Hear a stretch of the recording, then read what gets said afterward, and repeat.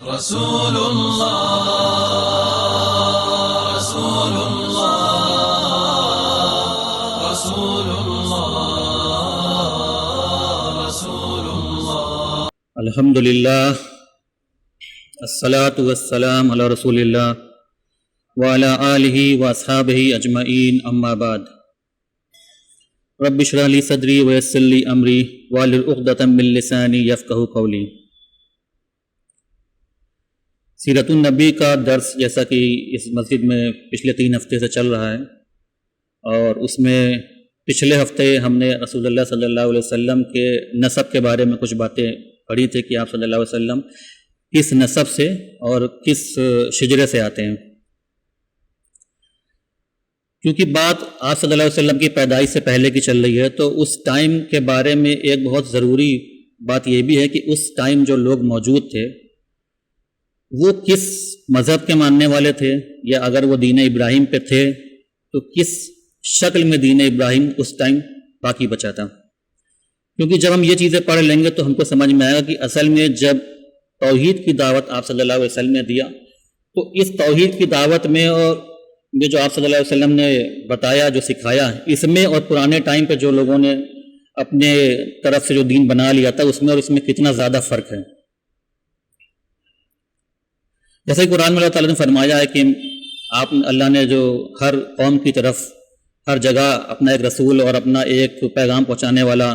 رسول بھیجا ہے، تو اسی طرح مکہ میں جیسے ہم جانتے ہیں کہ ابراہیم علیہ السلام کے بیٹے بھی تھے اسماعیل علیہ السلام، جس کو کہ اللہ تعالیٰ نے ان کی طرف بھیجا تھا۔ لیکن دھیرے دھیرے کئی ہزار سال بیت گئے، لگ بھگ 2000 سال بیت گئے، تو جو بھی توحید کی دعوت ابراہیم علیہ السلام نے دی تھی اس میں سے کئی ساری چیزوں کی شکل یا تو بگڑ چکی تھی یا وہ پوری طریقے سے ختم ہو چکی تھی۔ کچھ چیزیں جو اس میں سے باقی تھیں، جو قریب 2000 سال تک باقی رہی، اس میں سب سے پہلی بات تو یہ تھی کہ مکہ کو اس ٹائم کے لوگ بھی حرام سمجھتے تھے، جس کو ہم حرم کہتے ہیں۔ حرم اور حرام ایک ہی لفظ سے نکلا ہے۔ حرم کا مطلب یہ ہوتا ہے کہ بہت سی ایسی چیزیں ہیں جو اس جگہ کے علاوہ تو کرنا جائز ہے، لیکن اس جگہ یعنی حرم کے اندر اس چیز کا کرنا ناجائز ہے۔ جیسے کہ مثال کے طور پہ شکار کرنا باہر جائز ہے، لیکن حرم کے اندر شکار نہیں کر سکتے، یا وہاں پہ جو بھی چیزیں نیچرل طور پہ اگتی ہیں جیسے کہ پیڑ پودے ہیں تو ان کی پتیوں کو توڑنا، پھول کو توڑنا، یہ ساری چیزیں اس جگہ پہ جائز نہیں ہیں، اللہ تعالیٰ نے اس سے منع فرمایا۔ اور قرآن میں بھی اللہ تعالیٰ نے فرمایا کہ وَمَن دَخَلَهُ كَانَ آمِنًا، جو بھی اس کے اندر داخل ہو گیا اس نے امن پا لیا۔ اور ابن عباس کی ایک حدیث ہے جس میں کہ انہوں نے فرمایا ہے کہ ہم جب طواف کیا کرتے تھے تو ایسا ہوتا تھا کہ کوئی شخص اپنے باپ کے قاتل کو وہاں دیکھ لیتا تھا، لیکن اس کے باوجود وہ اس کو ہاتھ تک نہیں لگاتا تھا۔ تو یہ حرم کا معنی ہے کہ وہاں پہ دیکھنے کے بعد پوری طریقے سے جو شخص اگر وہاں پہ آ گیا تو پوری طریقے سے اس کو امن مل گیا، اور اس کے علاوہ دوسری چیزیں جس کے اللہ نے منع فرمایا تو وہ چیزوں بھی وہاں پہ منع ہے۔ تو اس کا معاملہ جو تھا ان کے اندر موجود تھا قریش کے اندر، کہ وہ حرم کو حرم کی طرح ہی کنسیڈر کرتے تھے، اور کعبہ کے لیے جو ایک ریسپیکٹ تھی یا کعبہ کا ان کے لیے جو ایک خصوصی بات تھی وہ ان کے اندر بھی موجود تھی۔ اس کے علاوہ 4 جو خاص مہینے، حرمت والے مہینے جس کو کہ ہم کہتے ہیں، اس کا بھی کانسیپٹ ان کے اندر موجود تھا، اور ان 4 مہینوں میں وہ کسی بھی طریقے کا لڑائی جھگڑا یہ ساری باتیں نہیں کرتے تھے۔ وہ 4 مہینے کون کون سے؟ ذوالقعدہ، ذی الحجہ، محرم اور رجب، یعنی 4 مہینے پوری طریقے سے امن رہے گا۔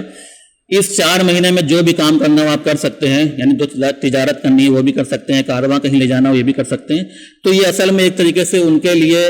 ایک رحمت تھی کہ ان 4 مہینوں میں وہ ہر چیز سے فری ہو کر کے اپنی ذاتی زندگی کا کوئی بھی کام، تجارت وغیرہ بہت آسانی سے کر سکتے تھے۔ اس کے علاوہ ہم جانتے ہیں کہ حج بھی پہلے سے چلتا چلا آ رہا تھا، ابراہیم علیہ السلام کے بعد سے حج کا بھی کانسیپٹ ان کے اندر موجود تھا، اور جانور کی قربانی وغیرہ بھی دیا کرتے تھے، اور قربانی کے جو جانور تھے ان کو سجایا بھی کرتے تھے۔ یہ ساری چیزیں اس ٹائم پہ موجود تھیں۔ بہت سے لوگ جو کہ غیر مسلم ہیں وہ یہ کہتے ہیں کہ رسول اللہ صلی اللہ علیہ وسلم نے جو بھی چیزیں بتائیں اصل میں تو یہ ساری چیزیں قریش کے لوگوں کی تھی جو بت پرستی کیا کرتے تھے، ساری چیزیں آپ نے وہاں سے لے لی ہیں۔ اب یہ بات ویسی ہے کہ آدھی بات اپنے آپ میں صحیح ہے اور آدھی بات جو ہے وہ ڈھکی چھپی ہوئی ہے۔ آپ صلی اللہ علیہ وسلم نے کئی ساری چیزیں جو اصل میں ان کی شکل بگڑ چکی تھی لیکن تھی وہ دین ابراہیم کی، آپ نے خالی ان کی شکل کو واپس اسی طرح ویسا کر دے جیسا کہ وہ تھی، یا اللہ تعالیٰ نے اگر اس میں کوئی بدلاؤ کرنا چاہا، یا اللہ نے کوئی اس کے لیے کوئی ایک خاص ہدایت دی کہ اب اس کو ایسے نہیں کرنا ہے تو ایسے کرنا ہے، تو آپ صلی اللہ علیہ وسلم نے خالی اس کو صحیح شکل دے دی، آپ نے ان سے کوئی چیز لی نہیں تھی، کیونکہ وہ اصل میں دین کا حصہ تھی پہلے سے ہی۔ پرانے ٹائم پہ جو ہسٹری ہے، اگر ابراہیم علیہ السلام اور اسماعیل علیہ السلام نے توحید کی دعوت دی تو پھر ایسا کیا ہوا کہ وہاں کے لوگ دھیرے دھیرے توحید سے ہٹ کر پوری طریقے سے شرک کی طرف آ گئے۔ مسلم کی ایک حدیث ہے جس میں کہ رسول اللہ صلی اللہ علیہ وسلم فرماتے ہیں کہ میں نے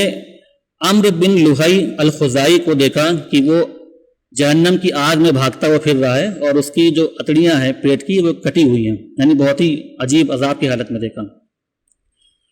اور اصل میں عمرو بن لہی جو شخص ہے، اصل میں یہی وہ شخص ہے جس نے کہ مکہ کے اندر اس بت پرستی کی شروعات کری تھی، اور اس نے بہت ساری چیزوں کی شروعات کری جس کے بارے میں انشاءاللہ ہم پڑھتے ہیں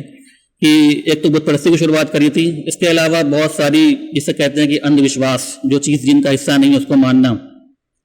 اس کے بارے میں قرآن میں آتا ہے کہ کچھ طرح کے اونٹ تھے، جس کے بارے میں سورہ مائدہ میں آیت نمبر 103 میں آتا ہے کچھ طریقے کے اونٹ تھے جس کو کہ وہ ذبح کرنے کے لیے کہتے تھے کہ ان کو ذبح کرنا ہے۔ تو اس طریقے کی اندھ وشواس والی چیز بھی جو ہے عمرو بن لہی نے شروع کری تھی۔ اس کو یہ ساری چیزیں ملی کہاں تھی؟ ایک بار عمرو بن لہی سیریا کی طرف سفر کرتا ہے اور وہاں پہ ایک جگہ ہے امالیق، وہاں جب پہنچتا ہے تو وہاں پہ دیکھتا ہے کہ وہاں کے لوگ جو ہے ان کا نظام بہت اچھا ہے، یعنی جو اس کا اپنا نظام تھا جس قبیلے سے تھا، خزا قبیلے سے، ان کے کمپیریزن میں ان کا نظام بہت اچھا ہے، پڑھے لکھے سمجھدار لوگ ہیں، اچھی اچھی بلڈنگ بنا لیتے ہیں، ان کے پاس ہر چیز ہے۔ وہ دیکھتا ہے کہ یہ لوگ کچھ بت بنائے ہوئے ہیں اور ان کی عبادت کر رہے ہیں، تو عمرو بن لہی جا کر ان سے پوچھتا ہے کہ یہ آخر تم کس کی عبادت کر رہے ہو، کس سے مانگ رہے ہو؟ تو وہ لوگ کہتے ہیں کہ یہ ہمارے خدا ہیں، جب ہمیں کوئی پریشانی ہوتی ہے، جیسے کہ سوکھا پڑ گیا یا کسی دشمن نے ہمارے اوپر حملہ کر دیا، یا ہمارے بھوک لگ رہی ہے اور ہمارے پاس کھانے کے لیے فصل کچھ نہیں اگ رہی ہے، تو یہ ساری چیزیں جب ہمارے پاس ہوتی ہیں تو ہم ان سے اپنے لیے دعا کرتے ہیں اور ان کی طرف سے ہمیں کچھ نہ کچھ سہولت مل جاتی ہے اور ہمارے جو مسئلے ہیں وہ حل ہو جاتے ہیں۔ تو عمرو بن لہی جب یہ دیکھتا ہے کہ ان لوگ اس طریقے سے اپنے مسئلے حل کرا رہے ہیں تو وہ کہتا ہے کہ کیا اس میں سے کوئی ایک بت تم مجھے دے سکتے ہو؟ تو وہاں سے عمرو بن لہی حبل نام کا ایک بت لے کر کے واپس آتا ہے، اور یہ سب سے پہلا بت تھا جو کہ جزیرہ عرب میں لے کر کے وہ آئے اور اس کی عبادت انہوں نے شروع کری، اور کئی سو سال کے بعد تک کی اس کی عبادت قریش کرتے رہے۔ ان کا ایک مین خدا تھا جس کی عبادت وہ کرتے تھے، یہاں تک کہ رسول اللہ کے وقت میں بھی جب احد کی جنگ ہوئی اور قریش کو یہ لگا کہ ہم نے یہ جنگ جیت لی ہے، تو ابو سفیان نے بہت خوش ہو کر کے کہا اول الحبل، یعنی حبل کی جیت ہو گئی۔ اس پہ رسول اللہ نے حضرت عمر سے کہا کہ ان کو جواب دو کہ اصل میں تمہارا کوئی مددگار نہیں ہے اور ہمارے ساتھ تو اللہ ہے، اللہ مولانا ولا مولاکم، تمہارا کوئی مددگار نہیں ہے، ہمارے ساتھ ہمارا اللہ ہے۔ تو یہ حبل جو تھا ان کا ایک مین خدا بن گیا۔ عمرو بن لہی نے ایک اور کام کیا، اس نے جو تلبیہ تھا حج کا جو پڑھا جاتا تھا، لبیک اللہم لبیک لبیک لا شریک لک لبیک، اس کو انہوں نے بدل دیا۔ صحیح مسلم کی حدیث آتی ہے کہ قریش کے پاس ایک الگ طریقے کا تلبیہ تھا، وہ کیا تھا؟ لبیک اللہم لبیک لبیک لا شریک لک لبیک، یہاں تک تو صحیح تھا۔ اس کے بعد کیا تھا؟ الا شریکا ہوا لک تملیکہ وما ملک، یعنی کہ اے اللہ میں حاضر ہوں، اے اللہ تیرا کوئی شریک نہیں ہے سوائے کس کے؟ سوائے اس کے کہ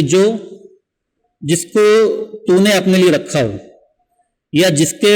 تو نے اپنے لیے رکھا ہو اور وہ جو کچھ بھی کرتا ہو تیرا اس کے اوپر پورا کنٹرول ہو۔ کہنے کا مطلب یہ ہے کہ اس تلبیہ سے وہ یہ کہنا چاہ رہے تھے کہ اللہ تو جو ہے وہ سب سے اوپر ہے، لیکن اس کے بعد اس نے کچھ لوگوں کو اپنے نیچے رکھ رکھا ہے اور اس کو کنٹرول تو اللہ خود ہی کرتا ہے، لیکن ان کے پاس بھی کچھ نہ کچھ اللہ تعالیٰ نے طاقت دے رکھی جس سے کہ کچھ فیصلے یہ اپنے آپ کرتے رہتے ہیں۔ جیسا کہ ایک گریک میتھولوجی ہے، اس میں بھی ایسا ہوتا تھا کہ ان کے پاس ایک بڑا خدا ہوتا تھا، اس کے بعد اس سے چھوٹے خدا ہوتے تھے جو کہ اس بڑے خدا کے انڈر میں کام کرتے تھے۔ تو عمرو بن لہی نے یہ تلبیہ چینج کر دیا۔ عمرو بن لہی کس دور کا تھا اس کے بارے میں ایک دم ایگزیکٹ معلومات نہیں ہے، لیکن اس کی وجہ یہ ہے کہ جیسا کہ ہم جانتے ہیں کہ قریش کے پاس اپنا کوئی کیلنڈر نہیں تھا، جب تک کہ حضرت عمر نے کیلنڈر اپنا شروعات نہیں کی ہجری کیلنڈر کی، اس سے پہلے قریش کے پاس کوئی کیلنڈر نہیں تھا. وہ چیزوں کو کسی نہ کسی خاص موقع سے یاد رکھتے تھے. جیسے کہ ابراہ جس سال ہاتھی لے کر کے آئے اس سال آپ صلی اللہ علیہ وسلم کی پیدائش ہوئی، ایسا یاد رکھتے تھے. تو کیلنڈر نہ ہونے کی وجہ سے ایگزیکٹ عمرو بن لوہی کس ٹائم پہ موجود تھا یہ کہہ پانا بہت مشکل ہے. لیکن پھر بھی جو ہسٹری کی کتابیں ہیں اس سے یہ بات پتہ چلتی ہے کہ عمرو بن لوہی آپ صلی اللہ علیہ وسلم کی جو پچھلا نسب ہے اس میں جب چلتے ہیں تو فہر ایک ملیں گے، آگے پڑھیں گے اس کے بارے میں ہم، جو قریب آپ صلی اللہ علیہ وسلم کی پیدائش سے قریب 500 سال پہلے موجود تھے. تو عمرو بن لوہی اس ٹائم پہ موجود تھا اور اس ٹائم پہ اس نے ساری خرافات کری تھی. اب سوال یہ ہوتا ہے کہ ایک اکیلا شخص عمرو بن لوہی کھڑا ہوتا ہے اور اس نے لا کر کے ایک نیا بت حبل لا کر کے رکھ دیا اور سارے لوگ اس کو ماننے لگے. اس کے پیچھے کچھ وجہ ہیں. سب سے پہلی وجہ تو یہ ہے کہ وہاں کے لوگ جو تھے وہ اپنے آپ کو امالیک کے لوگوں سے کمتر سمجھتے تھے. احساس کمتری کا شکار جسے بولتے ہیں. تو جب آدمی احساس کمتری کا شکار ہوتا ہے تو سامنے والا اگر کچھ بھی کر رہا ہے تو اس کو وہ صحیح لگتا ہے. وہ جب دیکھ رہے ہیں یہ پڑھے لکھے لوگ ہیں، ان کے پاس ہم سے بہتر کلچر ہے، ان کے پاس ہم سے بہتر ٹیکنالوجی ہے گھر بنانے کی، ہمارے پاس وہ نہیں ہے کہ ہم 2 منزلہ گھر بنا پائیں. تو یہ سارے لوگ جب اتنے اچھے کام کر رہے ہیں تو اگر یہ ان کی عبادت کر رہے ہیں تو اس میں بھی کچھ غلط نہیں ہوگا. تو وہاں سے انہوں نے وہ چیز لیا اور عبادت کرنا شروع کر دیا حبل کی. اس کے بعد دوسری وجہ یہ تھی کہ عمرو بن لوہی جو تھا وہ اپنے قبیلے کا سردار تھا اور بہت ہی رسوخ والا شخص تھا اور غریبوں کی مدد بھی کیا کرتا تھا، طاقتور شخص تھا. کئی ساری جنگیں بھی اس نے لڑی جس میں اس نے فتح حاصل کری. تو خزاع قبیلے کا وہ ایک سردار تھا اور اس ٹائم پہ یہ تھا کہ قریش کچھ وقت کے لیے کعبہ کے انچارج نہیں تھے. اس ٹائم انچارج خزاع قبیلے کے لوگ ہی تھے. تو اس وجہ سے بھی اس کا یہ جو حبل کی عبادت کرنے کا جو شروعات اس نے کری تھی اس کو لوگوں نے دھیرے دھیرے ایکسیپٹ کرنا شروع کر دیا. اور بعد میں جو ہے قصی آتے ہیں جو کہ آپ صلی اللہ علیہ وسلم کے پردادا میں سے آتے ہیں، انہوں نے دوبارہ خزاع کو ہٹا کر کے قریش کو دوبارہ کعبہ کا انچارج بنا دیا تھا. اور تیسری بات جو ہے وہ یہ ہے کہ 2000 سال ابراہیم علیہ السلام کی دعوت تو گزر چکے تھے. تو وہ جو ایک دعوت کا جو شروعاتی ٹائم پہ مضبوطی رہتی ہے لوگوں کے اندر وہ دھیرے دھیرے جب وقت گزرتا ہے تو وہ کم ہو جاتی ہے. اس وجہ سے 2000 سال کے بعد توحید اس طریقے سے باقی نہیں رہی تھی جس طریقے سے ابراہیم علیہ السلام نے لوگوں کو سکھایا تھا. اور اگر ہم غور کریں تو یہی 3 وجہ آج کے ٹائم پہ ہمارے لیے بھی ہیں کہ جس کی وجہ سے ہم دوسروں سے بہت جلدی متاثر ہو جاتے ہیں اور وہی کرنے لگتے ہیں جو سامنے والا کر رہا ہو. لیکن کئی بار ایسا ہوتا ہے کہ سامنے والا جو ہے وہ ہو سکتا ہے آپ سے کئی چیزوں میں بہت بہتر ہو، لیکن یہ ضروری نہیں کہ ہر کام جو وہ کر رہا ہے وہ صحیح ہے اور آپ جو کر رہے ہیں وہ غلط ہے. کئی چیزوں میں ہم سے مغربی دیش جو ہے وہ مغربی ملک وہ آگے ہیں، لیکن جس طریقے کا دین ان کے پاس ہے وہ دین جو ہے وہ کسی کام کا نہیں ہے. ہمارا دین ان سے کہیں بہتر اور سب سے بہتر دین جو ہے وہ اسلامی ہے. تو اس سے مطلب یہ ہے کہ ہم کو بھی اپنے دور میں اس چیز کا خیال رکھنا چاہیے کہ سامنے والے سے تبھی متاثر ہوں جبکہ یہ پوری بات اس کی جانچ پڑتال کر لیں کہ واقعی جو ہے وہ سامنے والا پوری طریقے سے حق کے اوپر ہے. عمرو بن لوہی کے بارے میں جو ہسٹری کتابیں اس کے بارے میں یہ بھی آتا ہے کہ شیطان نے جو ہے اس کی طرف کچھ الہام کیا تھا جس کی وجہ سے وہ اس سے متاثر ہو گیا اور اس نے نوح علیہ السلام کے ٹائم پہ جو 5 خدا تھے جس کا کہ ذکر قرآن میں آتا ہے سورہ نوح میں آیت نمبر 23 میں ود، سوا، یغوت، یعوق اور نصر. عمرو بن لوہی نے ان 5 خدا کو جو لوگ اس ٹائم بھول چکے تھے اس نے دوبارہ سے دھیرے دھیرے کر کے ان کو پھر سے ویسے اسٹیبلش کر دیا. اور رسول اللہ صلی اللہ علیہ وسلم جب آپ کی دعوت شروع ہوتی ہے تو اس ٹائم کیا تھا کہ کسی قبیلے کے پاس ود ہے، کسی کے پاس سوا ہے، کسی کے پاس یغوث ہے. تو عمرو بن لوہی نے یہ بھی کام کیا تھا کہ 5 کے 5 جو ان کے خدا تھے ان کو دوبارہ سے زندہ کر دیا تھا. تو دھیرے دھیرے مطلب یہ ہوا کہ عمرو بن لوہی نے ایک خدا سے شروعات کری حبل سے، اس کے بعد 5 خدا اور لے آیا، اس کے بعد دھیرے دھیرے کر کے یہ ساری چیزیں ان کے اندر آ گئیں. اس کے پیچھے بھی کچھ سٹوریز ہیں کہ اصل میں جو قریش تھے یا عرب کے لوگ تھے ان کے ذہن میں یہ بت پرستی اتنی زیادہ گھر کر چکی تھی کہ وہ ہر چیز کو بہت جلدی مان لیتے تھے. ایک مثال یہ ہے کہ جب وہ حج کرنے کے لیے آتے تھے یا کارواں ان کے آتے تھے مکہ میں اور جب وہ واپس جاتے تھے تو وہ کعبہ سے ایک پتھر کا ٹکڑا نکال لیتے تھے اور پھر اس کو اپنے یہاں لے جا کر کے ایک خدا کے طور پر رکھ دیتے تھے اور اس کا طواف کرتے تھے یا اس کی عبادت کرنا شروع کر دیتے تھے. جبکہ اصل میں حقیقت یہ ہے کہ مسلمانوں کا عقیدہ یہ ہے کہ کعبہ کی جو عمارت ہے اور وہ عمارت جس چیز کی بنی ہوئی ہے، یعنی جس اینٹ کی بنی ہے، پتھر کی بنی ہے، سیمنٹ کی بنی ہوئی ہے یا اس کے اوپر جو غلاف چڑھا ہوا ہے، اصل میں وہ مقدس یا پاک جس کو ہم کہیں گے وہ نہیں ہے. اصل میں وہ جگہ جس جگہ پہ وہ عمارت بنی ہوئی ہے اصل میں وہ جگہ ہے جو کہ مقدس ہے. اور جیسا کہ اگر ہم کو معلوم ہسٹری کے بارے میں تو کعبہ جو ہے ہر کچھ 25-30 سال کے بعد دوبارہ توڑ کر کے بنایا جاتا ہے, اور قریب پچھلے 25-30 سال پہلے ہی لاسٹ بار قریب 96-97 میں دوبارہ بنایا جا چکا ہے. تو اصل میں جو ہے مسلمانوں کا عقیدہ یہ نہیں ہے کہ کعبہ کی جو اینٹ اور دیوار ہے وہ مقدس ہے, بلکہ وہ جگہ جس جگہ وہ بنا ہوا ہے جس کو کہ اللہ تعالیٰ نے فرمایا کہ یہ جگہ پاک ہے وہ جگہ مقدس ہے. ایک اور صحابی فرماتے ہیں اپنے دور جاہلیہ کے بارے میں, اسلام لا چکے ہیں, اس کے بعد فرماتے ہیں کہ جب ہم جاہلی دور میں تھے تو ہم کیا کیا کرتے تھے, خوبصورت پتھر تلاشتے تھے, اور جو پتھر جتنا خوبصورت ہوتا تھا اس کو ہم اپنے پاس لے آتے تھے اور اس کی عبادت کرنا شروع کر دیتے تھے. اور اگر کچھ ٹائم کے بعد ہمیں ایک دوسرا پتھر ملتا تھا جو اس پتھر سے زیادہ خوبصورت ہے جس کی عبادت ہم کر رہے ہیں, تو ہم اس کو ہٹا کر کے اس نئے پتھر کو لے آتے تھے اور اس کی عبادت کرنا شروع کر دیتے تھے. اور حد تو یہ تھی کہ اگر ہم کبھی سفر پہ نکلے ہوئے ہیں اور ہمارے پاس طواف کرنے کے لیے کچھ بھی نہیں ہے تو ہم کیا کرتے تھے کہ ریت کو ایک جگہ جمع کرتے تھے اور بکری کا دودھ نکال کر کے اس ریت کے اوپر ڈال کر کے اس کو تھوڑا سا مضبوط کر لیتے تھے اور اس کو پتھر نما ایک شکل دے کر کے اس کا طواف کرنا شروع کر دیتے تھے. تو یہ شرک کا حال تھا, یہ ان کا عقیدہ تھا, اس قدر وہ شرک میں اتنا زیادہ مبتلا تھے. اور آج کے طور پہ بھی اگر ہم دیکھیں گے تو یہ طواف کا جو کانسیپٹ ہے آج بھی چلتا چلا آ رہا ہے کہ ہمارے ملک میں بھی اگر آپ دیکھیے تو کئی ایسی جگہیں ہیں جہاں پہ لوگ اپنے پیروں کا ان کا طواف کیا کرتے ہیں. تو یہ چیز اس ٹائم سے چلی آ رہی جو کہ آج ہی موجود ہے. اس کے بعد ایک اور بہت ہی عجیب قسم کی اسٹوری جو اس ٹائم کی ہے وہ نائلہ اور اصاف کی ہے. نائلہ اور اصاف دو بت ہیں جس میں سے ایک بت نائلہ جو کہ صفا کے اوپر تھا, صفا و مروہ, اور دوسرا بت اصاف جو ہے وہ مروہ کے اوپر تھا. اصل میں نائلہ اور اصاف جو ہے اصل میں یہ ایک جوڑا ہوتا ہے غیر شادی شدہ, اور یہ ایک دوسرے سے ملنا چاہتا ہے اور اصل میں ان کی نیت جو ہوتی ہے وہ زنا کی ہوتی ہے. تو ان کو کہیں جگہ نہیں مل رہی ہوتی کہ ہم کہاں جا کر کے یہ اپنا ایک شیطانی عمل جو ان کو کرنا تھا وہ کریں. تو آخری میں ان کو جب کوئی جگہ نہیں ملتی ہے تو وہ کعبہ کے اندر جا کر کے اس شیطانی عمل کو انجام دے لیتے ہیں اور اللہ کی طرف سے عذاب کے طور پہ اسی وقت وہ پتھر کے بن جاتے ہیں. اب جب قریش وہاں پہنچتے ہیں تو وہ سمجھتے ہیں یہ تو ایک معجزہ ہو گیا, اور وہ نائلہ اور اصاف کے بت کو اٹھا کر کے صفا اور مروہ کے اوپر رکھ دیتے ہیں کہ جب ہم صحیح کریں گے تو اس کو جا کر کے ایک ایک بار چھوئیں گے. بعد کے ٹائم پہ جب صحابہ اکرام کے پاس یہ آیت آتی ہے اللہ کی طرف سے کہ جب تم حج کرنے جاؤ تو تم کو صفا اور مروہ کی صحیح کرنی ہے, تو ان کو بہت زیادہ اس کے اوپر ہیزیٹیشن ہوتا ہے, بہت زیادہ ان کو اعتراض ہوتا ہے کہ کیا ہم وہ کام کریں جو جا کر کے قریش کرتے ہیں کہ نائلہ اور اصاف کے بتوں کو جا کر کے چھوتے ہیں. تو اللہ کی طرف سے آیت آتی ہے کہ نہیں, یہ صفا اور مروہ جو ہے یہ نائلہ اور اصاف سے پہلے سے موجود ہیں, اور تمہارے لیے یہ ہم نے وہ نصیحت نہیں کری کہ تم جا کے ان کو چھو, تم کو خالی نائلہ اور صفا اور مروہ کی صحیح کرنی ہے. تو اس طرح کی جو اسٹوریز اس طرح کی چیزیں جو ہیں وہ اس ٹائم پہ موجود تھی. اور حضرت عائشہ کا قول ہے کہ وہ خود بتاتی ہیں کہ جب میں بہت چھوٹی تھی تو نائلہ اور اصاف کی کہانی میں نے خود سنی ہے, یعنی وہاں پہ اس ٹائم یہ کہانی جو تھی وہ اس دور میں چل رہی تھی. آپ صلی اللہ علیہ وسلم نے جب مکہ کو فتح کیا, ہم جانتے ہیں کہ 360 بت وہاں پہ موجود تھے, اور اس میں سے کئی سارے بت جو ایسے تھے جو کہ ایسے شیپ میں تھے کہ وہ آدھے انسان تھے اور آدھے جانور کی شکل میں تھے. جب کئی سارے بت ایسے تھے جو خالی آدھے تھے, آدھے میں کچھ تھا ہی نہیں, اور زیادہ تر خال ایسے ہی تھے جس میں آدھا انسان اور آدھا جانور کی شکل کا تھا. تو یہ بھی ہم جانتے ہیں کہ وہاں پہ 360 بت موجود تھے اور اس کی عبادت وہاں کے لوگ کیا کرتے تھے. ایک خرابی ان کا ایک اور موجود تھی, وہ یہ کہتے تھے کہ اللہ کے جو فرشتے ہیں یہ اصل میں اللہ کی بیٹیاں ہیں, اور ان کو وہ اللہ کی بیٹی بنا کر کے ان کی عبادت کرتے تھے.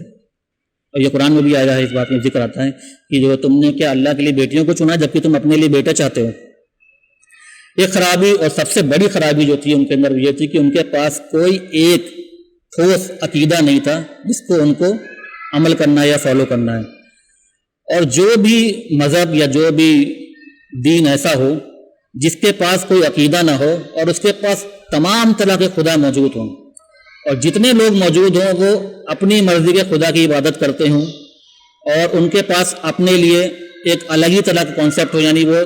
یہ سمجھتے ہوں کہ میرا خدا یہ کر سکتا ہے یا میرا خدا یہ نہیں کر سکتا ہے, اور ہو سکتا ہے دوسرا شخص جو دوسرے خدا کو پوج رہا ہے وہ سمجھتا ہو کہ میرا خدا یہ کر سکتا ہے اور اس کا خدا یہ نہیں کر سکتا ہے. تو یہ جو عقیدے والی بات ہوتی ہے یہ عام طور پہ بت پرستی جو کرتے ہیں ان کے اندر موجود نہیں ملے گی آپ کو، کیونکہ وہ جتنے لوگ ہوں گے ان کے پاس اپنا ایک الگ عقیدہ ہوگا. یہ صرف اور صرف اسلام کی اللہ نے نعمت ہم کو دیا ہے کہ اللہ نے ہم کو ایک بالکل مضبوط عقیدہ دیا ہے کہ کیا تمہارے لیے حلال ہے، کیا تمہارے لیے حرام ہے، کس طریقے سے تم کو اللہ کی عبادت کرنی ہے، کیا اللہ کے لیے تم کو کیا کیا باتیں اللہ نے جو بتائی ہیں، اللہ کی کون کون سی صفات اللہ نے بتائی، یہ ساری باتیں جو ہیں وہ صرف اور صرف ہم کو اسلام کے اندر ملتی ہیں.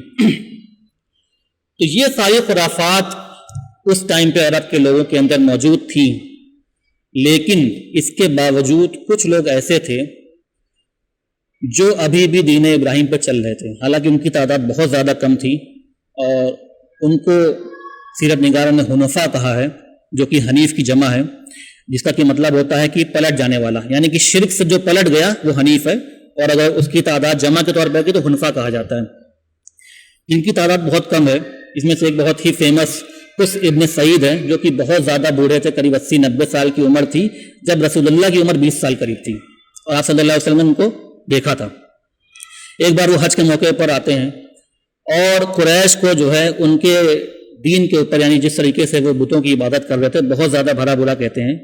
اور چونکہ وہ ایک شاعر بھی تھے تو ان کا جو انداز تھا وہ شاعری کے انداز میں تھا، اور انہوں نے شاعری کے انداز میں جو ہے خطبہ دے کر کے قریش کے لوگوں کو سمجھایا کہ تم جو کر رہے ہو وہ بالکل غلط ہے.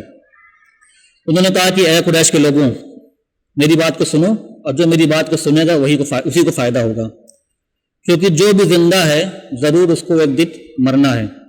اور جس دن وہ مر جائے گا اس کا سارا عمل کا معاملہ ختم، اب اس کے آگے وہ کچھ نہیں کر سکتا ہے، اور جو بھی اللہ نے اس کے لیے قدر میں لکھ دیا ہے وہ ہو کر کے رہے گا. یعنی بالکل اسلام کی بالکل پیرلل جو اسلام میں تعلیم دی گئی، بالکل وہی بات انہوں نے کہی. رسول اللہ جب 20 سال کے تھے، یعنی کہ ابھی نبوت آنے میں 20 سال باقی ہیں. آگے وہ کہتے ہیں کہ اے بنو ایاد، کہاں ہے سمود، کہاں ہے عاد، اور کہاں ہے تمہارے باپ اور کہاں ہے ان کے باپ، اور کیا وہ شخص جس نے کوئی اجر کا کام کیا ہوگا اور اس کو دنیا میں کوئی اجر نہیں ملا تو اس کو وہ اجر کہاں ملے گا، اور وہ شخص جس نے کوئی برائی کری ہو اور دنیا میں اس کو اس کا بدلہ نہ ملا ہو تو اس کو اس برائی کا بدلہ کہاں ملے گا. میں قسم کھاتا ہوں اللہ کی، جس دین کے اوپر تم چل رہے ہو اس سے بہتر ایک دوسرا دین ہے. یعنی پوری طریقے سے آپ صلی اللہ علیہ وسلم جس دین کو لے کر کے آئے وہی ساری باتیں انہوں نے کہی اس دور میں جس طور پہ اس قدر شرک اور اس قدر بت پرستی جو ہے وہ پھیلی ہوئی تھی. اور 40 سال کے بعد جب بنو ایاد کا قبیلہ اسلام قبول کرتا ہے، یعنی ہجرت کے 9 سال کے بعد، تو آپ صلی اللہ علیہ وسلم قس ابن سعد کے بارے میں پوچھتے ہیں کہ وہ کہاں ہیں. تو ان قبیلے کے لوگ کہتے ہیں کہ ان کا تو وفات ہو گئی، کافی بوڑھے تھے وہ. تو آپ صلی اللہ علیہ وسلم فرماتے ہیں کہ میں نے ان کو دیکھا تھا اپنی جوانی کے ٹائم پہ کہ وہ لال اونٹ کے اوپر بیٹھے تھے اور جو قریش کے لوگ تھے ان کو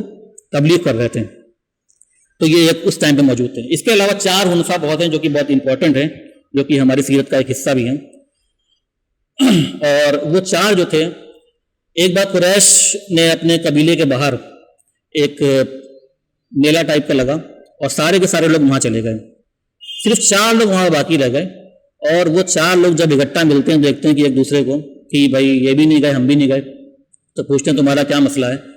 تو وہ یہ کہتے ہیں کہ دیکھیے وہاں پہ شرک ہوگا اور وہاں پہ یہ ہوگا کہ کسی غیر اللہ کے نام پہ جانور کو ذبح کیا جائے گا، اور یہ ساری چیزیں ہم وہاں نہیں کر سکتے. تو پھر ان کو پتہ چلتا ہے کہ اصل میں ہم جس دین کو فالو کرتے ہیں، یعنی ابھی ابراہیم علیہ السلام کے ابھی دین پہ چل رہے ہیں، کہ باقی میرے جو ساتھی ہیں وہ سب اسی دین کے اوپر چل رہے ہیں. اس میں سب سے پہلا نام جو ہے وہ ورقہ ابن نوفل ابن اسد کا ہے، اور بہت ہی فیمس نام ہے. ہم جانتے ہیں کہ جب پہلی بار وحی آئی تھی تو حضرت خدیجہ جو ہے رسول اللہ صلی اللہ علیہ وسلم کے وحی آنے کے بعد سب سے پہلے انہی سے ملاقات کری تھی، ورقہ ابن نوفل سے، اور پوچھا تھا کہ کیا معاملہ ہے. تو یہ جو ہے حضرت خدیجہ کے چچا بھی لگتے ہیں، کزن بھی لگتے ہیں ساتھ میں، لیکن عمر میں ان سے قریب 40 سال بڑے تھے. دوسرا نام ہے عبید اللہ ابن جہش، جو کہ رسول اللہ صلی اللہ علیہ وسلم کے کزن لگتے ہیں اور آپ کی پھوپھی کے بیٹے ہیں. تیسرا نام ہے عثمان ابن حویرث، اور چوتھا نام بہت امپورٹنٹ نام زید ابن عمر ابن نفیل، جو کہ عمر بن خطاب کے کزن ہیں، لیکن عمر میں ان سے قریب 40 سال بڑے ہیں. تو یہ چاروں لوگ جو ہیں، جب یہ ان کو پتہ چلتا ہے کہ اس قبیلے میں اب کوئی ایسا باقی نہیں رہا ہم 4 کے علاوہ جو کہ ابراہیم علیہ السلام کے دین کے اوپر چل رہا ہو، تو یہ چاروں لوگ وہاں سے نکل جاتے ہیں. ورقہ ابن نوفل بعد میں جو ہے وہ عیسائیت کو قبول کر لیتے ہیں اور قریش کے دین کو چھوڑ کر کے عیسائیت قبول کرتے ہیں اور تورات کو پڑھتے ہیں اور اس کی جو زبان ہیبرو اس کو سیکھتے ہیں. اور ورقہ ابن نوفل ہی جو ہے اگر کسی سے پوچھا جائے کہ سب سے پہلے اسلام قبول کرا کس نے کرا تھا تو لوگ حضرت ابوبکر صدیق کا نام لیں گے، لیکن سب سے پہلے اسلام اگر کسی نے قبول کرا تو ورقہ بن نوفل تھے، کیونکہ جیسے ہی رسول اللہ کے پاس وحی آئی اور حضرت خدیجہ نے ورقہ بن نوفل کو بلایا تو انہوں نے آ کے کیا کہا؟ انہوں نے کہا یہ وحی اللہ کا بھیجا وہ فرشتہ ہے، ناموس نام لے کر کے انہوں نے کہا، جو کہ باقی اس سے پہلے جتنے رسول ان کے پاس آ چکا ہے، اور کاش کہ میں جوان ہوتا تو جب کہ تمہارے لوگ تمہیں اس پیغام کو دینے کی وجہ سے تم کو اس جگہ سے نکالیں گے تو میں تمہارا سپورٹ کرتا۔ تو اس پر رسول اللہ صلی اللہ علیہ وسلم فرماتے ہیں کہ ایسا ہوگا کہ مجھے لوگ میرے اس مکہ سے نکال دیں گے؟ تو فرماتے ہیں ہاں بالکل ایسا ہی ہوگا، کیونکہ جو بھی اس پیغام کو لے کر کے آیا اس کے ساتھ ایسا ہی ہوا ہے کہ اس کے لوگ اس کے خلاف ہو گئے۔ تو اس ٹائم جس ٹائم رسول اللہ صلی اللہ علیہ وسلم کو بھی یہ نہیں معلوم تھا کہ ان کے اوپر وحی کری گئی ہے،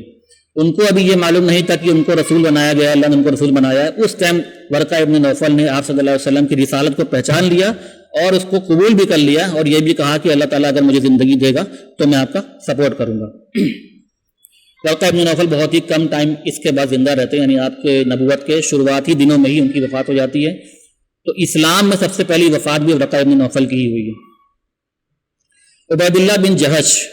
عبید اللہ بن جہش کا جو معاملہ ہے وہ ایک افسوسناک واقعہ ہے۔ عبید اللہ بن جہش جو ہے وہ جب حبشہ کی ہجرت ہوتی ہے تو وہ اپنی بیوی رملہ بنت ابو سفیان ام حبیبہ جو کہ ان کی وائف تھی، ان سے ان کا نکاح ہوتا ہے اور وہ ابیسینیا یعنی حبشہ چلے جاتے ہیں۔ اب جب وہ حبشہ چلے جاتے ہیں کیونکہ وہ پہلے سے عیسائی تھے، جب وہ وہاں جاتے ہیں کیونکہ وہاں کے بادشاہ اور وہاں کے لوگ بھی عیسائی تھے تو وہ اسلام کو چھوڑ کر کے دوبارہ عیسائی بن جاتے ہیں۔ اب اس وجہ سے ان کی بیوی کو ان کو چھوڑنا پڑتا ہے اور بعد میں رسول اللہ صلی اللہ علیہ وسلم سے ام حبیبہ کا نکاح ہوتا ہے۔ تیسرے جو تھے عثمان ابن حویرث، یہ جو ہے وہ کرسچینٹی قبول کر لیتے ہیں اور یہ بھی وہاں سے نکل جاتے ہیں اور بعد میں روم کی طرف چلے جاتے ہیں، اور آخری ٹائم تک کہ یہ عیسائی رہتے ہیں اور عیسائی کے عقیدے کے ساتھ ہی جو ان کی وفات ہوتی ہے۔ لاسٹ ہیں زید ابن عمرو ابن نفیل، جو کہ نہ تو کرسچن بنتے ہیں اور نہ یہودی بنتے ہیں، بلکہ وہ کرسچن اور یہودیوں کو ٹوکتے ہیں کہ تمہارا جو دین ہے وہ بالکل غلط ہے، اصل میں جو دین ہے وہ اس سے کہیں بہتر ہے، کچھ اور ہے۔ کچھ ٹائم کے بعد یہ دوبارہ مکہ لوٹ کر کے آتے ہیں اور قریش کے لوگوں سے کہتے ہیں کہ میں جانتا ہوں کہ اب میرے سوا کوئی بھی ایسا باقی نہیں بچا ہے جو کہ دین ابراہیم کے اوپر چل رہا ہو۔ اور اسماء بنت ابی بکر جو کہ حضرت عائشہ کی بہن ہے، وہ کہتی ہیں کہ میں بہت چھوٹی تھی جبکہ میں نے دیکھا کہ یہ شخص جو لوٹ کر کے آتے ہیں زید بن عمرو اور وہ یہ خطبہ قریش کو دے رہے ہوتے ہیں، اس ٹائم میں بہت چھوٹی تھی۔ اور بعد میں رسول اللہ صلی اللہ علیہ وسلم کیونکہ وہ بھی اس ٹائم بہت کم عمر کے تھے، وہ بھی ان سے پوچھتے ہیں کہ تمہارا ان کے بیچ میں کیا معاملہ ہے اور تمہارا ان کے دین میں کیا فرق ہے؟ تو وہ کہتے ہیں کہ میرا دین جو ہے وہ اصل میں دین ابراہیم ہے، اور قریش کے لوگ جو ہیں وہ پوری طریقے سے اس دین کو چھوڑ چکے ہیں اور میں ان کے بتوں کی عبادت نہیں کر سکتا ہوں۔ اور آپ صلی اللہ علیہ وسلم جو ہے وہ توحید کی جو ہے لوگوں کو دعوت دیتے ہیں، اور جو آپ کی دعوت تھی توحید کی اس کے 5 سال پہلے ہی جو ہے ان کی وفات ہو جاتی ہے۔ لیکن ان کے جو بیٹے ہیں سعید بن زید، وہ رسول اللہ صلی اللہ علیہ وسلم کے بہت ہی اعلیٰ درجے کے صحابیوں میں ان کا شمار ہے، عشرہ مبشرہ میں ان کا شمار ہوتا ہے۔ اور بعد میں رسول اللہ سے پوچھتے ہیں کہ یا رسول اللہ میرے باپ جو کہ زید بن عمرو تھے ان کا کیا معاملہ رہا ہوگا آخرت میں؟ تو آپ صلی اللہ علیہ وسلم فرماتے ہیں کہ جو تمہارے باپ جب آخرت میں دوبارہ کھڑے ہوں گے تو وہ ایک شخص جو ہے اپنے آپ میں پوری امت ہوگا بنا کسی نبی کے۔ اور آپ یہ بھی فرماتے ہیں کہ جب میں اسراء والمعراج کے سفر سے واپس لوٹ رہا تھا تو میں نے تمہارے باپ کو دیکھا کہ اللہ تعالیٰ نے تمہارے باپ کو ایک نہیں بلکہ 2 باغ دیے ہیں جنت میں۔ تو اس کا مطلب یہ نکلا کہ اگر کسی شخص کے پاس کوئی رسول کا پیغام نہیں پہنچا ہے یا اس کے دور میں کوئی رسول نہیں آیا ہے، اگر وہ اپنے پچھلے رسول کے پیغام کے اوپر صحیح طور پہ چل رہا ہے، اس کو صحیح سے فالو کر رہا ہے، تو بھی وہ جنت کا حقدار ہو سکتا ہے۔ اور جیسا کہ اس معاملے میں ہم نے دیکھا کہ زید بن عمرو جو ہیں وہ اللہ تعالیٰ نے رسول اللہ صلی اللہ علیہ وسلم نے بتایا کہ اللہ تعالیٰ نے جو ہے ان کو جنت میں 2 باغ دیے ہیں۔ تو یہ معاملہ جو تھا پورا کا پورا عرب کے لوگوں کا تھا، کس طریقے کا ان کا جو دین تھا۔ اس کے بعد عرب کے باہر جو دوسرے لوگ تھے ان کا دین کیا تھا؟ عرب کے باہر 2 بہت بڑی بڑی ریاست تھی، ایک روم اور دوسرا فارس۔ اب یہ دونوں جو تھے ان کے جو تھے وہ 2 الگ الگ ان کے عقیدے تھے۔ روم کے جو لوگ تھے وہ عیسائیت کو فالو کرتے تھے اور جو پرشیا یا فارس کے لوگ تھے وہ مجوسی تھے۔ اب روم کے لوگ بھی ان کے پاس بھی عیسائیت کے 3 الگ الگ فرقے تھے۔ ایک جو فرقہ تھا وہ بالکل عجیب ہی ٹائپ کا تھا، ایگنوسٹسزم کہلاتا ہے، اس کے بالکل عجیب ہی ٹائپ کے ان کے عقیدے تھے۔ جو امپورٹنٹ فرقہ ہے وہ تھے یہودی عیسائی جوئش کرسچن، یہ وہ لوگ تھے جو مانتے تھے کہ عیسیٰ علیہ السلام کو رسول بنا کر کے اللہ تعالیٰ نے دنیا میں بھیجا ہے اور ہم کو ان کو فالو کرنا چاہیے، اور عیسیٰ علیہ السلام وہ صرف اور صرف اللہ کے بھیجے ہوئے ایک نبی اور رسول ہیں، وہ خدا نہیں ہیں یا خدا کے بیٹے نہیں ہیں، یعنی کہ ان کا عقیدہ وہی تھا جو کہ اسلام کا عقیدہ ہے یا کہ جو مسلمانوں کا عقیدہ ہے۔ سیکنڈ نمبر پہ جو لوگ تھے جو کہ سب سے زیادہ تعداد میں موجود ہیں وہ تھے پولین کرسچن، یعنی پول کے بنائے ہوئے عیسائی یا پول کے عقیدے پہ چلنے والے عیسائی۔ پول جو تھا وہ ایک حواری تھا، عیسیٰ علیہ السلام کا حواری ہونے کا دعویٰ کرتا تھا، حالانکہ اکثر لوگوں کا کہنا ہے کہ اس نے عیسیٰ علیہ السلام سے کبھی ملاقات نہیں کری، لیکن وہ یہ کہتا تھا کہ مجھے الہام ہوا عیسیٰ علیہ السلام کی طرف سے، میں نے خواب میں دیکھا ہے اور میں نے ان سے جو ہے ہدایت لی ہے، اور اس نے عیسیٰ علیہ السلام کے دین میں کئی ساری تبدیلیاں کر دی، اس نے بالکل نئے عقیدے دے دیے، اس نے عیسیٰ علیہ السلام کو خدا کا بیٹا بنا دیا، اس نے یہ بھی کہا کہ جو موسیٰ کا تمہارے اوپر جو قانون ہے وہ تمہارے اوپر نافذ نہیں ہوگا، تم جو بھی مرضی آئے کرو، تمہارے اوپر کوئی شریعت اور کوئی قانون نہیں ہے۔ اور تھوڑا بہت اس نے جو تین خدا کا تصور ہے عیسائیت کے اندر، اس کی شروعات بھی اس نے کری۔ 300 سال تک جو عیسائی تھے وہ آپس میں اس بات کے اوپر جھگڑتے رہے کہ اصل میں عیسیٰ علیہ السلام ہیں کیا وہ اللہ کے بھیجے ہوئے صرف رسول ہیں یا وہ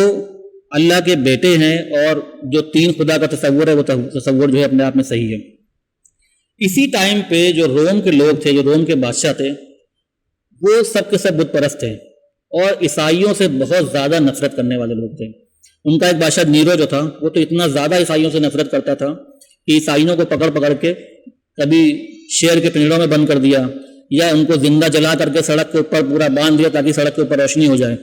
اس قدر عیسائیوں سے نفرت کرنے والے لوگ تھے۔ 200-300 سال تک کے عیسائی جو ہے وہ اس طریقے سے جو ہے وہ شہید ہوتے رہے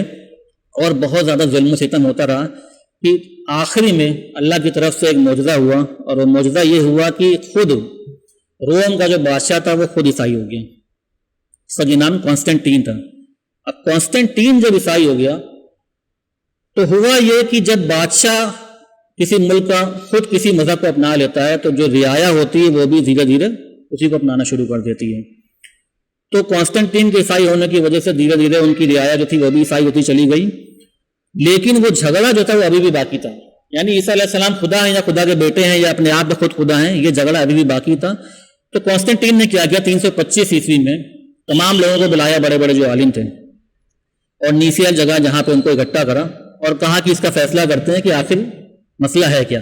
آپ اپنی دلیل دیجیے، آپ اپنی دلیل دیجیے۔ تو لوگوں نے اپنی دلیل دیا، بہرحال ان دلیلوں سے کوئی فیصلہ نہیں ہوتا ہے۔ پھر ہوا کہ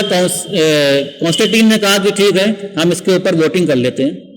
اور ووٹنگ میں جو نکلے گا ہم وہی فیصلہ مان لیں گے۔ اب جب ووٹنگ ہوتی ہے تو جو لوگ اس فیور کے تھے کہ رسول عیسیٰ علیہ السلام جو ہے وہ صرف اللہ کے بھیجے ہوئے رسول ہیں اور وہ خود اپنے آپ میں خدا نہیں ہیں، اور دوسری طرف لوگ وہ تھے جو کہتے تھے کہ عیسیٰ علیہ السلام خدا ہیں اور خدا کے بیٹے ہیں اور تین خدا کا تصور ہے، وہ ان کو مانتے تھے۔ جب ووٹنگ ہوئی تو دونوں طرف کے ووٹ برابر پڑے۔ اب پھر ایک مسئلہ کھڑا ہو گیا۔ تو کانسٹنٹین جو کہ خود ایک بت پرست تھا اور اس کے اندر جو ذہنی طور پہ جو بت پرستی موجود تھی، اس کا اپنا جو ووٹ باقی تھا، اس نے اس ووٹ کا استعمال کر کے عیسیٰ علیہ السلام کو خدا کا بیٹا قرار دیا اور کہا کہ اس کے علاوہ جو بھی عیسائیت کوئی مانتا ہے تو وہ عیسائیت جو ہے وہ باطل ہے، اس کو نہیں مانا جائے گا۔ تمام کی تمام کتابیں اس دور میں جو عیسائیت کی موجود تھیں وہ سب کی سب جلا دی گئیں۔ صرف 4 کتابیں جو گوسپل آج موجود ہیں، gospel of John, gospel of Matthew, Mark اور لیوک، اس 4 کتابوں کو چھوڑ کر باقی ساری کی ساری کتابیں جلا دی گئیں۔ اور آج کے ٹائم پہ جو ہے جو پولین کرسچینٹی یعنی پال کے ماننے والے جو کرسچن ہیں وہی موجود ہیں، 99.9% کرسچن جو موجود ہیں وہ یہی والے موجود ہیں جس کو کہ ووٹ کے ذریعے کانسٹنٹائن نے صحیح قرار دیا، اور آرتھوڈاکس، کیتھولک یا پروٹیسٹنٹ جتنے بھی کرسچن ہیں سارے کے سارے آج کے ٹائم پہ یہی سارے موجود ہیں۔ اس کے بعد بھی بہت کم تعداد میں کچھ عیسائی ایسے بچے جو ابھی بھی اس توحید کے اوپر باقی تھے۔ اس میں بہت ہی فیمس اور بہت ہی دلچسپ، بہت خوبصورت اسٹوری جو ہے وہ ایک فیمس صحابی سلمان الفارسی جو ان کی کہانی ہے، مسند احمد کی روایت ہے، بہت لمبی حدیث ہے، اس کو انشاءاللہ ہم مختصر کر کے ڈسکس کریں گے۔ یہ سلمان الفارسی جو ہیں وہ فارس کے رہنے والے تھے، ان کے جو باپ تھے، فارس کے لوگ کیونکہ مجوسی تھے، آگ کی عبادت کرتے، تو ان کے باپ کا جو کام تھا وہ جو ان کے مندر ہوا کرتے تھے اس آگ کو جلائے رکھنے کا ان کا کام تھا۔ ان کا عقیدہ تھا فارس کے لوگوں کا یہ آگ جو ہے وہ کبھی بجھنی نہیں چاہیے، اور اگر کوئی نیا مندر بنائیں گے تو آگ اسی مندر سے لے کر کے وہاں جائیں گے، یعنی کہ آگ جو ہے یہ ہمیشہ ہمیشہ جلتی رہے گی۔ تو ان کے باپ نے جو ہے اپنے بیٹے سلمان الفارسی کو جو ہے یہ ہنر سکھایا تھا کہ یہ آگ کو کیسے ہمیشہ جلائے رکھنا ہے۔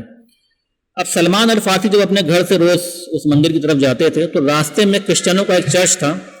اور وہاں پہ وہ کرسچن کا جو پادری تھا اس کو عبادت کرتے ہوئے دیکھا کرتے تھے، اور ان کو وہ عبادت اس کی جو طریقہ تھا وہ ان کو تھوڑا متاثر کیا اس نے۔ ایک بار وہ چلے جاتے ہیں اس کے پاس، اس سے پوچھتے ہیں کہ یہ تم کیا کرتے ہو، کس طریقے سے عبادت کرتے ہو؟ تو پوری اپنی کرسچینٹی وہ ان کو سمجھاتا ہے، اور وہ بتاتا ہے کہ میرے سوا اس پورے علاقے میں اس طریقے سے اللہ کو ماننے والا کوئی باقی نہیں ہے، اور اگر تم کو اس کے بارے میں زیادہ معلومات کرنی ہے تو تم سیریا کی طرف چلے جاؤ۔ اب سلمان الفارسی کے باپ جو ہوتے ہیں ان کو یہ بات پتہ چل جاتی ہے کہ میرا بیٹا جو بھٹک گیا اور اس عقیدے سے ہٹ کر کے عیسائیت کی طرف چلا گیا ہے، وہ ان کو اپنے گھر میں کمرے میں بند کر دیتے ہیں۔ اب کسی طریقے سلمان الفارسی وہاں سے آزاد ہو کر کے نکلتے ہیں اور سیریا پہنچ جاتے ہیں۔ اب سیریا جب پہنچتے ہیں تو وہ پتہ کرتے ہیں کہ کون ایسا شخص ہے جو اس دین کے اوپر ہے جو اصل میں اللہ کا بھیجا ہوا تھا۔ تو پتہ چلتا ہے کہ ایک چرچ ہے وہاں پہ، ایک بشپ ہے، وہاں چلے جائیے، وہ اسی دین کے اوپر ہے۔ اب سلمان الفارسی وہاں جاتے ہیں، اس کے ساتھ رہتے ہیں، کئی سال اس کے ساتھ رہتے ہیں، پھر اس کا انتقال ہو جاتا ہے۔ تو اس کے انتقال سے پہلے وہ پوچھتے ہیں کہ اب یہ بتاؤ کہ مجھے اس کے علاوہ تمہارے جیسا دوسرا شخص کہاں ملے گا؟ تو وہ تیسری جگہ بھیج دیتے ہیں، اسی طرح دوسری جگہ، تیسری جگہ، چوتھی جگہ۔ جب سلمان الفارسی چوتھی جگہ پہنچتے ہیں اس کے ساتھ پورا ٹائم بتاتے ہیں، کافی عمر ہو جاتی ہے ان کی، اور جب اس کا آخری ٹائم آتا ہے تو سلمان الفارسی پوچھتے ہیں کہ اب مجھے کہاں جانا چاہیے؟ یعنی دین کی تلاش میں، اس قدر سچے دین کی تلاش میں، سچے خدا کی تلاش میں اس قدر اسٹرگل، اس قدر محنت کہ اپنے گھر سے بھاگے سیریا پہنچے، سیریا کے بعد دوسری جگہ پہنچے، دوسرے تیسرے ملک گئے، تیسرے چوتھے ملک گئے، اور ابھی بھی اس سے پوچھ رہے ہیں کہ مجھے اپنا جیسا کوئی دوسرا بتاؤ جو اصل خدا کے بھیجے وہ دین کو ماننے والا ہوں۔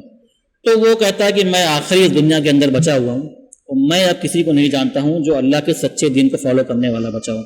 ہاں، لیکن اب جو ٹائم آ چکا ہے وہ ٹائم ایسا ہے کہ جس ٹائم اللہ ایک اپنا رسول بھیجنے والا ہے، اور میرے خیال سے تم کو اسی طرف جانا چاہیے۔ تو وہ کہتے ہیں اب مجھے کیا کرنا چاہیے؟ تو کہتے ہیں میں تمہیں 3 نشانیاں بتا رہا ہوں۔ سب سے پہلی نشانی یہ ہے کہ وہ رسول جس جگہ آئے گا اس جگہ کھجور کے درخت بہت زیادہ ہوں گے۔ کہتے ٹھیک۔ دوسری نشانی یہ ہوگی کہ جب تم اگر اس کو کوئی صدقہ دو گے تو وہ رسول اگر سچا ہوگا تو وہ صدقہ تم سے نہیں لے گا۔ تیسری نشانی یہ ہوگی، بلکہ دوسری کا حصہ ہے، کہ وہ صدقہ تو نہیں لے گا لیکن اگر تم تحفے کے طور پہ اس سے کچھ دو گے تو وہ اس کو قبول کر لے گا۔ اور تیسری نشانی یہ ہوگی کہ اللہ کی طرف سے اس کے اوپر ختم نبوت کی ایک مہر ہوگی۔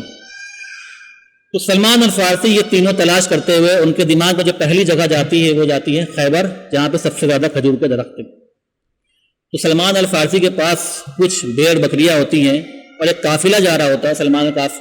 الفارسی اس قافلے کے جو سردار ہوتے ہیں ان کے پاس جاتے ہیں کہ میرے پاس یہ بھیڑ بکریاں ہیں، ان کو آپ لے لیجیے اور مجھے وہاں تک پہنچا دیجیے۔ تو وہ کہتے ہیں ٹھیک ہے چلیے۔ راستے میں جب وہ وہاں پہنچتے ہیں تو ان کے سارے بھیڑ بکریاں لے کر کے ان کو قیدی بنا لیتے ہیں اور ان کو ایک بازار میں جا کر کے غلام کے طور پہ بیچ دیتے ہیں، اور خریدنے والا ایک یہودی ہوتا ہے۔ تو سلمان الفارسی بہت دن تک کے اس کے پاس قید میں رہتے ہیں، یہودی کے پاس، حتیٰ کہ ایک نیا یہودی آتا ہے جو کہ بنو قریظہ سے تھا، وہ آ کر کے ان کو خرید لیتا ہے۔ تو سلمان الفارسی بنو قریظہ پہنچ جاتے ہیں، یعنی فائنلی وہ جگہ جہاں ان کو پہنچنا تھا۔ اور بنو قریظہ میں اس یہودی کے پاس وہ بہت ٹائم تک غلامی کرتے رہتے ہیں، اس سے کھجور کے درختوں کی دیکھ بھال کر رہے ہوتے ہیں۔ تبھی ان تک یہ بات پہنچتی ہے کہ مکہ سے کوئی آیا ہے جس نے کہ نبوت کا دعویٰ کیا ہے اور بہت جلد مدینہ پہنچنے والا ہے۔ سلمان الفارسی کے بعد جب یہ خبر پہنچتی ہے تو کھجور کے پیڑ سے سیدھے کود کر کے نیچے آ جاتے ہیں اور سیدھے اپنے جو مالک ہوتا ہے اس سے پوچھتے ہیں کہ کیا ایسا ہے کہ کوئی شخص آیا ہے مکہ سے، اس نے رسول ہونے کا دعویٰ کیا ہے؟ تو وہ ان کا مالک ان کو زوردار ایک لگاتا ہے، وہ کہتا ہے جا کے اپنا کام کرو۔ بہرحال جیسے ہی آپ صلی اللہ علیہ وسلم مدینہ پہنچتے ہیں، سلمان الفارسی 1-2 دن گزرنے کے بعد ہی رسول اللہ کی خدمت میں حاضر ہوتے ہیں۔ کچھ کھجور جو کہ ان کے اپنے کھجور تھے وہ لے کر کے ان کے پاس پہنچتے ہیں اور کہتے ہیں کہ میں نے سنا ہے کہ آپ اس ہمارے شہر میں، اس کا نام اس ٹائم یثرب ہوتا ہے، اس ٹائم ہمارے شہر یثرب میں نئے آئے ہیں، بعد میں مدینہ نام رسول اللہ نے دیا تھا، تو میرے پاس کچھ کھجور ہیں اور میں چاہتا ہوں کہ یہ آپ کو صدقہ کر دوں۔ تو آپ صلی اللہ علیہ وسلم وہ کھجور لیتے ہیں اور صحابہ اکرام کو دیتے ہیں کہ یہ لیجیے آپ لوگ کھا لیجیے۔ سلمان الفارسی کے پاس جو نشانیاں تھیں اس نشانی میں سلمان الفارسی اس کو اوکے کر دیتے کہ یہ آپ صلی اللہ علیہ وسلم نے میرے کھجور لے لیے صدقہ میں نے کیا تھا لیکن آپ نے خود نہیں کھایا بلکہ صحابہ کرام کو دے دیا۔ اگلے دن وہ پھر پہنچتے ہیں پھر کھجور لے کر کے، وہ کہتے ہیں کہ میرے پاس کچھ کھجور ہیں، یہ میں آپ کے لیے تحفے کے طور پہ لایا ہوں۔ تو آپ صلی اللہ علیہ وسلم کھجور لے لیتے ہیں اور اس میں سے خود بھی کھاتے ہیں اور صحابہ کرام کو بھی دے دیتے ہیں۔ تو یعنی دوسری نشانی بھی جو ہے وہ پوری ہو گئی۔ اب سلمان الفارسی کے اندر یہ بالکل بے چینی پیدا ہو جاتی ہے کہ کیسے میں جا کر کے وہ ختم نبوت کی نشانی دیکھ لوں۔ تو گھوم کر کے آپ صلی اللہ علیہ وسلم کے پیچھے آتے ہیں اور ڈھونڈتے ہیں کہیں سے مجھے وہ نشانی دکھ جائے۔ آپ صلی اللہ علیہ وسلم کو یہ سمجھ میں آیا تھا کہ یہ سلمان الفارسی اصل میں کیا دیکھنا چاہ رہے ہیں، تو آپ اپنے کپڑے کو ہلکا سا جو ہے وہ نیچے کر دیتے ہیں۔ تو سلمان الفارسی کو جیسے ہی وہ نشانی دکھائی دیتی ہے وہ فوراً جا کر کے بوسہ دیتے ہیں اور اسی ٹائم اسلام قبول کر لیتے ہیں۔ لیکن ابھی بھی ان کے ساتھ ایک دقت یہ باقی تھی کہ وہ اس یہودی کے غلام تھے اور وہ یہودی ان کو چھوڑنے کے لیے تیار نہیں تھا۔ بہرحال وہ چھوڑنے کے لیے وہ ایک بڑی رقم مانگتا ہے جو کہ کھجور کے پیڑ کے طور پہ تھی، اور آپ صلی اللہ علیہ وسلم فرماتے ہیں کہ ٹھیک ہے، اگلی بار جب کھجور کے درخت کی جب کھیتی کا ٹائم ہوگا تو مجھے بلا لینا، میں درخت لگاؤں گا اور انشاءاللہ اس سے تمہارے جو اس نے پیسہ مانگا ہے وہ دے دیا جائے گا۔ تو آپ صلی اللہ علیہ وسلم کی جو مبارک ہاتھوں سے برکت کے پیڑ لگتے ہیں اور بہت جلد وہ پیڑ بڑے ہو جاتے ہیں، اور سلمان الفارسی کے جو مالک تھا اس کو پیڑ دے کر کے سلمان الفارسی کو وہاں سے آزاد کرا لیا جاتا ہے۔ تو یہ پوری اسٹوری جو ہے سلمان الفارسی کی ہے، یا کہ نام ہم لوگوں نے اکثر سنا ہو خندق کی جنگ میں، کہ جب خندق کی جنگ ہو رہی تھی تو خندق کھودنے کے بارے میں جو صلاح دی تھی وہ سلمان الفارسی نے دی تھی، اکثر ہم لوگوں نے سنا ہوگا۔ اسی طرح ایک اور شخص جو کہ بہت فیمس شخص ہے اور صحیح بخاری کی حدیث ایک بہت لمبی حدیث ہے جو انشاءاللہ ہم آگے چل کے پڑھیں گے، مختصر خلاصہ اس کا یہ ہے کہ آپ صلی اللہ علیہ وسلم نے آخری ٹائم کے اوپر جو قریب قریب کے جو دوسرے رعایا تھیں یا رومن تھے یا فارس کے لوگ تھے ان کو خط بھیجے تھے، اور اس خط میں آپ صلی اللہ علیہ وسلم نے ان کو دین کی دعوت دی تھی۔ تو ایک خط جو ہے اسی طرح کا روم کا ایک بادشاہ تھا جس کا کہ نام ہیراکلس تھا، اس کو بھیجا اور اس میں لکھا کہ اسلم اسلام قبول کر لو تم سلامت رہو گے، اور اگر تم دین کو قبول کر لو گے تم کو دوہرا اجر ملے گا۔ اب جب ہیراکلس وہ خط کو پڑھتا ہے تو وہ چونکہ بہت پڑھا لکھا شخص تھا، اس نے بہت زیادہ اسٹڈی کری تھی اپنے مذہب کی بھی، اور جو اس کے دربار کے لوگ تھے وہی سب پڑھے لکھے لوگ تھے۔ تو وہ کیا کرتا ہے، جب اس تک یہ پیغام پہنچتا ہے تو ہیراکلس جو ہے اپنے وزیروں کو بلاتا ہے اور ان سے کہتا ہے کہ تم میں سے عربی کون بول لیتا ہے، اور اسی ٹائم پہ مدینہ سے اور مکہ سے، بلکہ مکہ سے ایک کارواں آیا ہوتا ہے جو کہ اس علاقے میں آیا ہوتا ہے، اور اس علاقے میں جب وہ کارواں آیا ہوتا ہے اسی خبر اس بادشاہ کو پہنچتی ہے تو وہ کہتا ہے جا کے کارواں کے لوگوں کو میرے پاس لے کر کے آؤ، اور اس کارواں کا جو سردار ہوتا ہے وہ ابو سفیان جو کہ اس ٹائم تک اسلام میں داخل نہیں ہوئے تھے۔ ایک لمبا کنورسیشن ان کے ساتھ ہوتا ہے، کئی سارے سوال ہیراکلس ان سے پوچھتا ہے، اس کے وہ جواب دیتے ہیں، قریب 10 سوال پوچھتا ہے کہ کیا یہ نشانی، کیا یہ نشانی، کیا یہ نشانی ہے، 10 سوال پوچھتا ہے۔ صحیح بخاری کی حدیث آپ پڑھ سکتے ہیں۔ جب سارے جواب مل جاتے ہیں تو ہیراکلس اس نتیجے پہ پہنچتا ہے کہ رسول اللہ صلی اللہ علیہ وسلم جو ہے وہ اللہ کے بھیجے ہوئے اصلی رسول ہیں، اور جو ہے ان کا جو بھیجا ہوا دین ہے وہ بالکل صحیح ہے۔ بہرحال لیکن چونکہ وہ خود ایک لیڈر ہوتا ہے، ایک بڑی ریاست کا مالک ہوتا ہے، اور اس کو چھوڑ کر کے اسلام قبول کرنا اس کے لیے اتنا آسان نہیں ہوتا ہے۔ بہرحال وہ اپنے دین کے اوپر رہتا ہے، لیکن وہ اس بات کو تسلیم کر لیتا ہے کہ رسول اللہ صلی اللہ علیہ وسلم جو ہے وہ اللہ کے بھیجے ہوئے رسول ہیں۔ کیوں؟ کیونکہ اس کے پاس وہ سارے رسائل موجود تھے، سارے ذرائع موجود تھے جس سے وہ رسول اللہ صلی اللہ علیہ وسلم کی پہچان کر سکے، کیونکہ اس نے یہ بات کہی کہ جو نشانیاں تم بتا رہے ہو یہ ساری نشانیاں ہماری کتابوں میں موجود ہیں۔ اور اگر ہم غور کریں کہ آج کے ٹائم پہ جو بائبل موجود ہے اس میں وہ نشانیاں آج کے ٹائم پہ نہیں لکھی ہوئی ہیں۔ اس کا مطلب یہ ہے کہ ہیراکلس کے پاس وہ کتابیں موجود تھیں جو کہ اس ٹائم کے بعد کے لوگوں نے ہٹا کر کے آج جو بائبل موجود ہے وہ رکھ دیا۔ جیسا کہ ہم جانتے ہیں کہ بائبل میں کئی سارے چینجز آئے ہیں، تو وہ ساری کتابیں ہٹا کر کے جس میں کہ رسول اللہ صلی اللہ علیہ وسلم کی نشانیاں موجود تھیں، آج صرف 4 کتابیں چھوڑ دی ہیں۔ تو ہیراکلس نے اپنے کہا کہ میں اپنی کتابوں سے یہ بات جانتا ہوں کہ اس طرح کی نشانیاں جو ہوں گی وہ آنے والے رسول کے اندر ہوں گی۔ بہرحال وہ اسلام تو قبول نہیں کرتا ہے۔ تو خلاصہ کلام یہ ہے کہ اس ٹائم پہ بہت سارے کرسچن تھے، لیکن کچھ عیسائی ایسے تھے جو کہ اس صحیح عیسیٰ علیہ السلام کے دین کو فالو کرتے تھے، اور وہ شرک میں مبتلا نہیں تھے، اور وہ عیسیٰ علیہ السلام کو صرف رسول مانتے تھے اور اللہ کی ہی عبادت کرتے تھے۔ تو آج کے پورے درس کا خلاصہ کلام جو ہے وہ یہ ہے کہ رسول اللہ صلی اللہ علیہ وسلم کو اللہ تعالیٰ نے ایک ایسے ٹائم پہ بھیجا جو کہ بالکل ایسا ٹائم تھا کہ بالکل پوری طریقے سے لوگ شرک میں مبتلا تھے، بالکل دور دور تک کے کوئی بھی پھر اسے کہنا چاہیے کہ کوئی بھی ایسی نشانی موجود نہیں تھی ان سے کہ وہ ان کے پاس صحیح ہدایت ان تک پہنچ سکے. ایسے ٹائم پہ رسول اللہ کو اللہ نے بھیجا تھا. اور صحیح مسلم میں اللہ تعالیٰ رسول اللہ نے یہ بات فرمائی بھی ہے کہ اللہ تعالیٰ نے مجھ کو جو ہے ایسے ٹائم پہ بھیجا جب تم بالکل پوری طریقے سے اس اندھیروں میں پوری طریقے سے کھو چکے تھے. تو پورے درس کا خلاصہ کلام یہ ہے کہ اصل ہدایت جو ہے وہ اللہ کی طرف سے آتی ہے. ہم چاہے جتنے زیادہ ذہین ہوں، جتنے سمجھدار ہوں، یا معاشرے میں جتنے سمجھدار لوگ موجود ہوں، ذہین لوگ موجود ہیں، بہت زیادہ پڑھے لکھے موجود ہوں، فلسفہ پڑھے ہوئے لوگ موجود ہوں، لیکن وہ جب بھی کوئی چیز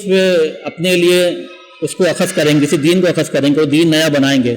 تو وہ صرف اور صرف اپنے حساب سے، اپنی انڈرسٹینڈنگ اور اپنی جو ان کی نالج ہوگی اس کے حساب سے ہی وہ ایک نیا اپنا دین بنا سکتے ہیں، یا اپنا ایک کوئی نیم یا کوئی قانون بنا سکتے ہیں. لیکن اصل جو شریعت ہے یا اصل جو نیم قانون ہے وہ صرف اور صرف اللہ کا بھیجا ہوا ہے. صحیح ہدایت جو انسان کو ملے گی وہ اللہ کے بھیجے ہوئے جو ہدایت اس کے ذریعے ہی مل سکتی ہے. انسانوں کی ہدایت ٹیمپریری ہو سکتی ہے، ہو سکتا ہے کچھ ٹائم کے لیے صحیح ہو، لیکن ضروری نہیں ہے کہ وہ پوری زندگی آخر تک چلتی رہے. سیکنڈ نمبر پہ یہ ہے کہ انسان جو ہے وہ زیادہ تر انسان ایسے ہوتے ہیں جو ایک کو دیکھ کر کے دوسرا وہی فالو کرتا ہے. قریش کے لوگ جو تھے وہ جانتے تھے کہ ہم جو یہ کر رہے ہیں، جو عبادت ہم کر رہے ہیں، جو بتوں کو ہم پوج رہے ہیں، اصل میں یہ غلط ہے. لیکن کسی کے اندر یہ قوت، یہ جذبہ، یہ طاقت نہیں تھی یہ کہنے کی کہ جو تم یہ کر رہے ہو غلط، ہم کو اس کو چھوڑ دینا چاہیے. اور فائنلی سلمان الفارسی اور زید بن عمر کی جو سٹوری ہے وہ ہمیں بتاتی ہے کہ اگر ہمارے اندر جذبہ ہے کہ ہم سچ کی تلاش کر کے رہیں گے اور سچ تلاشنے کے لیے جتنی بھی محنت کرنی پڑے ہم کریں گے، جس طریقے سلمان الفارسی نے پوری محنت کری، تو انشاءاللہ ایک نہ ایک دن اللہ تعالیٰ وہ سچ آپ کے سامنے لا کے رکھ دے گا اور آپ کے سامنے جو ہے وہ پوری طریقے سے نمایاں ہو جائے گا. انشاءاللہ اگلے درس میں اس کے آگے کی بات ہم پڑھیں گے، آپ صلی اللہ علیہ وسلم کے نسب کے بارے میں اور آپ کی پیدائش سے جسٹ پہلے کی کچھ واقعات. السلام علیکم ورحمۃ اللہ وبرکاتہ. رسول اللہ